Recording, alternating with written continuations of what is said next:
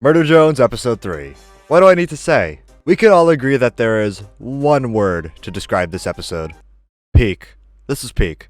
I think the views speak for themselves on this episode on why this is one of the best. And this episode is definitely a little personal to me, but I'll discuss that at the end of the video. With that all out of the way, time to explain Murder Jones Episode 3 in the dumbest way possible. We started off Episode 3 with a few shots that are kind of irrelevant. We're then brought to the school during the middle of the night for God knows whatever reason. We see a bunch of missing people posters as well. 4'7". Tough life. Also, it looks like this girl was f***ing around with Wheatley. We then see a girl running from something, but then comes to a stop when her glasses just magically break. We then see from her perspective that you get made fun of for being short-sighted. We look up and we see a blurry figure down the hall. She puts her glasses back on and the security camera just magically turns the other way. We then see the blurry figure at the end of the hall is actually Doll. She then starts charging up like some badass, uses those superpowers of hers, and proceeds to rip this girl's arm off. Then brings out a couple goddamn butcher knives, and then throws them all at the girl and kills her. Doll then goes back to her room with the body stuffed in her bag and clears this girl's name off her shit list. We cut back to the point from episode 2 where Uzi was being racist towards N, and we see Uzi just sleeping on the floor and feeling guilty about being racist. Now this is a step in the right direction. And if we look at the finer details of this frame and zoom in, we can see that Liam has put a reference to my channel right here. Thanks, Liam. Uzi then proceeds to go through the average school day, which is just pain. Uzi being short gets some books to prop her up, but they're swept out from underneath her. So she tries to throw one of the books at this girl, but instead just hits this guy instead. Uzi then notices all the missing people posters, and the janitor is just cleaning up a dead body. She then starts laughing like a goddamn maniac, which gives me more of a reason to be scared of her.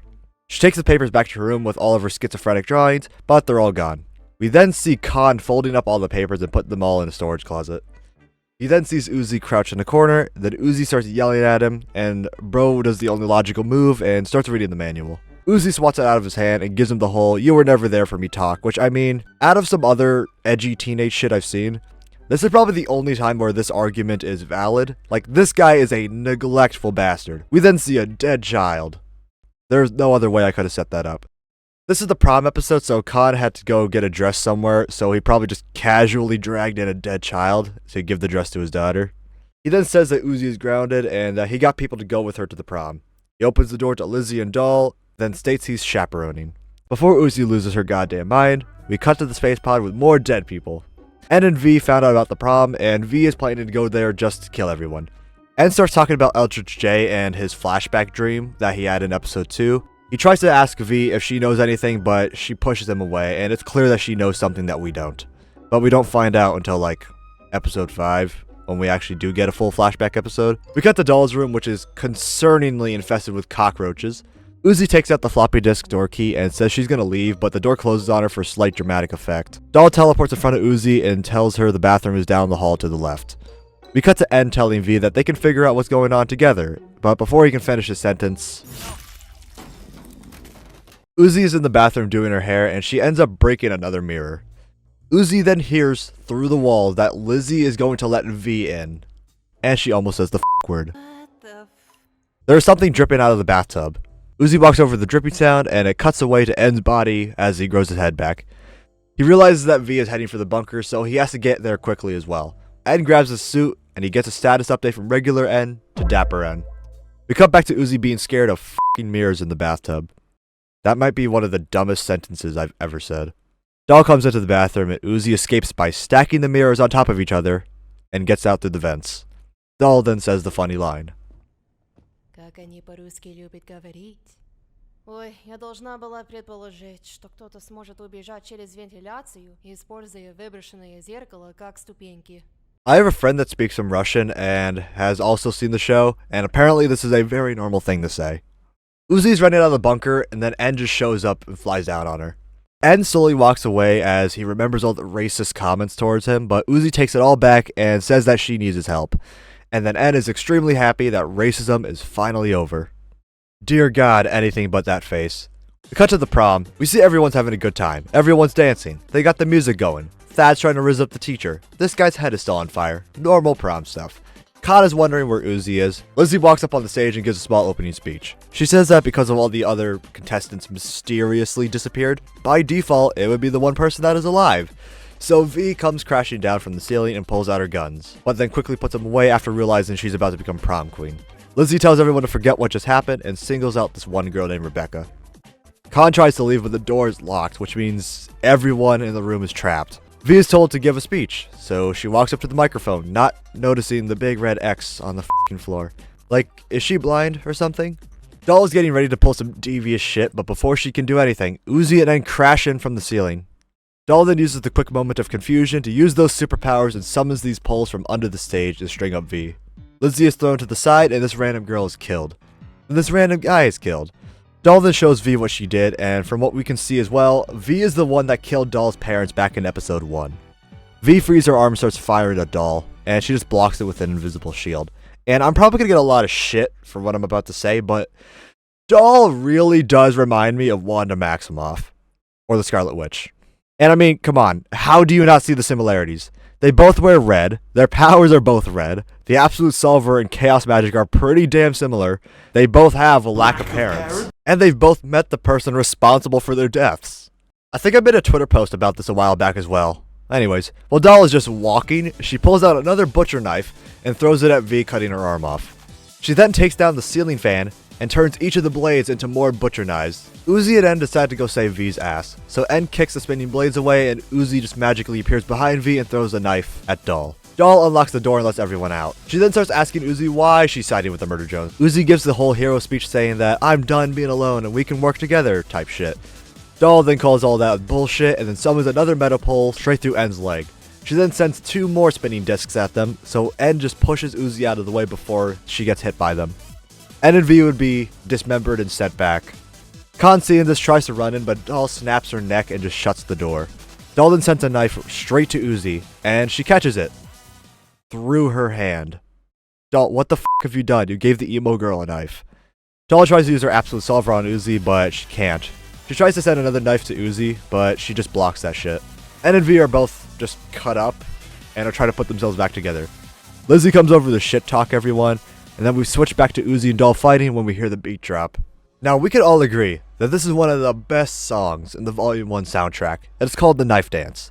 And this is a certified banger. Just have a listen.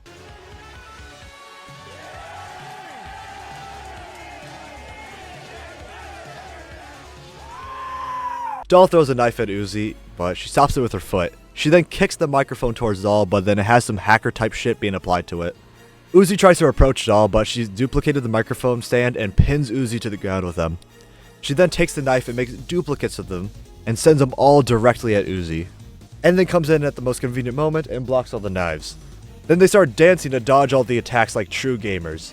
Uzi catches the knife, and N pulls her towards him, and then he fires a rocket which sends Doll flying back. Uzi looks at N with pure embarrassment because she just can't handle his immaculate riz. He then proceeds to throw her as he gets hit by a table. Doll just starts making shit fly, and Uzi uses the tables to parkour over to Doll and kicks a knife towards her, and then Uzi proceeds to hit Doll with the cleanest roundhouse kick you'd ever seen. Doll tries to get back up, but she f***ing dies.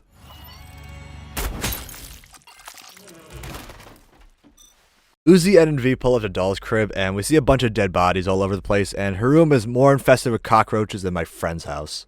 Uzi quickly realizes that Doll might have been actually eating all the workers that she killed.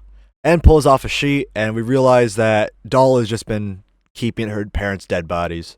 N walks over to Uzi and, wait, is this bitch eating the oil? Everyone is looking at the bodies, and Doll decides to come back from the gulag, pulls the bullet out of her head, and then...